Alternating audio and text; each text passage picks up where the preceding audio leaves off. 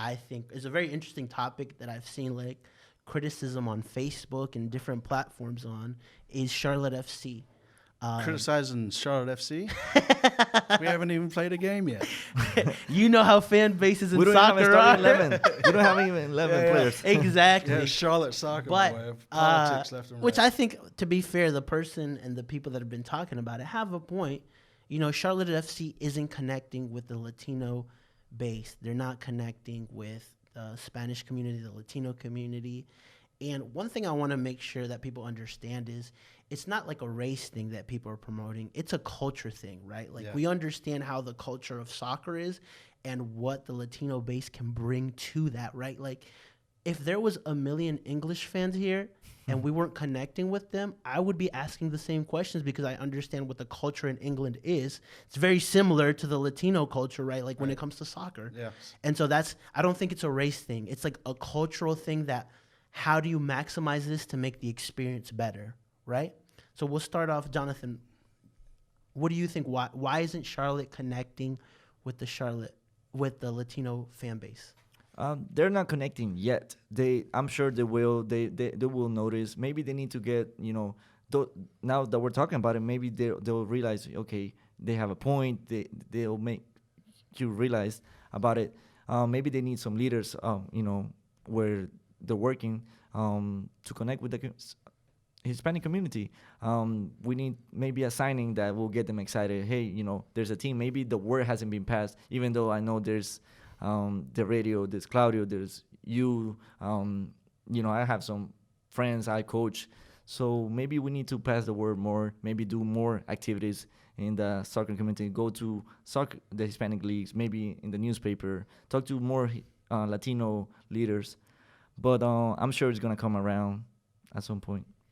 Yeah, Lee, as an honorary member of the Latino culture, See, why do you think Spanish, Charlotte FC is not connecting with the Latino base?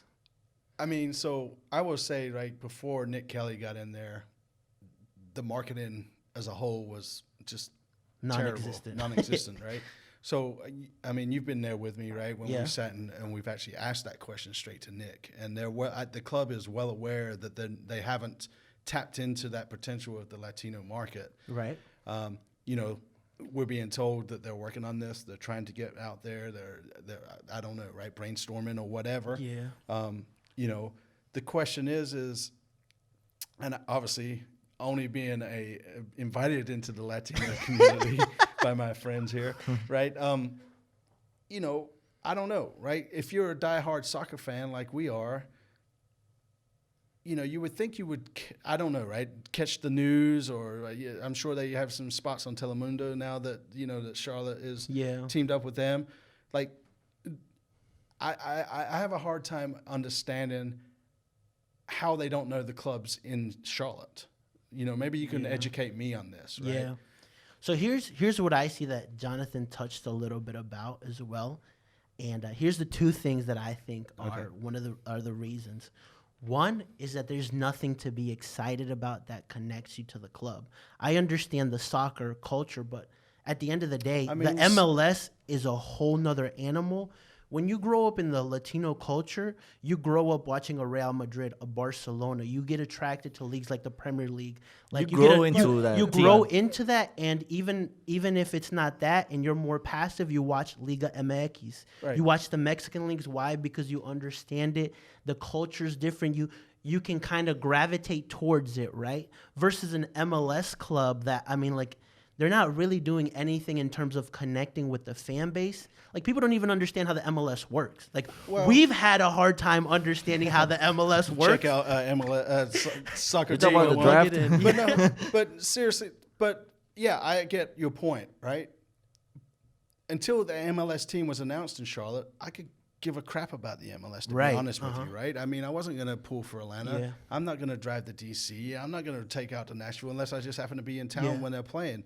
So once the MLS team was announced, that's what excited me, right? And that's when yeah. I got involved, and then that's how we all met, right? I mean, if it wasn't for the Charlotte FC, we wouldn't know each other probably. But then, like, when you understand the subculture of soccer in Charlotte, right? Like, there's multiple leagues. There's Liga Belleza. There's a whole bunch of other stuff going on that the club, I feel like, is just not aware where that they can pull from. Would it be more advantageous, though, for the club to go out to some of these, like, you know, the casual leagues on the weekends? I agree with you guys both points, so I'm going to grab a little bit because we have talked about this. Yeah. Where we come from, other countries.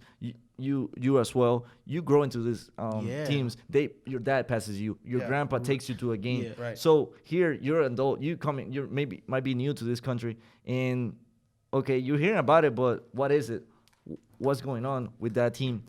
So maybe there should be pop-ups, more just like there is in breweries. There's events about it, but usually the ones that know are only the ones that have season tickets, or maybe that work in some corporation. Maybe go to this. I know they have done like maybe one community. They have gone to like rural.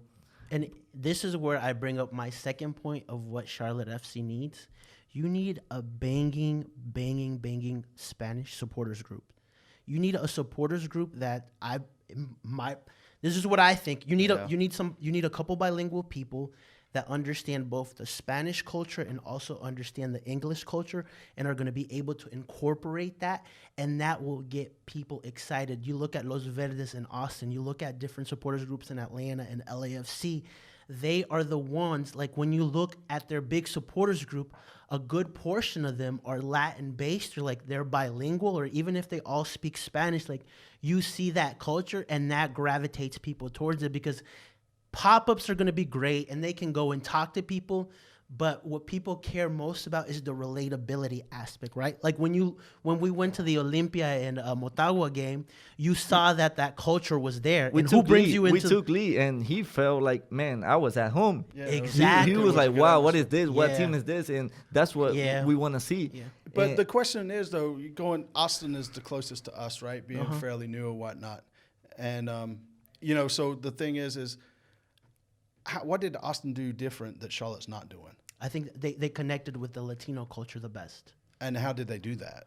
With their supporters group, with people being around. Right. So the supporters groups wasn't naturally created. Is that what we're saying? I think that the base was already there, and they figured out a way to pull into it. And that's what Charlotte needs to do. You need to find leaders. You want to find a platform, how to get to them. And maybe we can communicate with the fans, communicate what the goal is, find a common goal, common ground, and we'll see. So would that be the first job of the CFO, you think? I think so as well. And so that's the two things that I think. I don't know.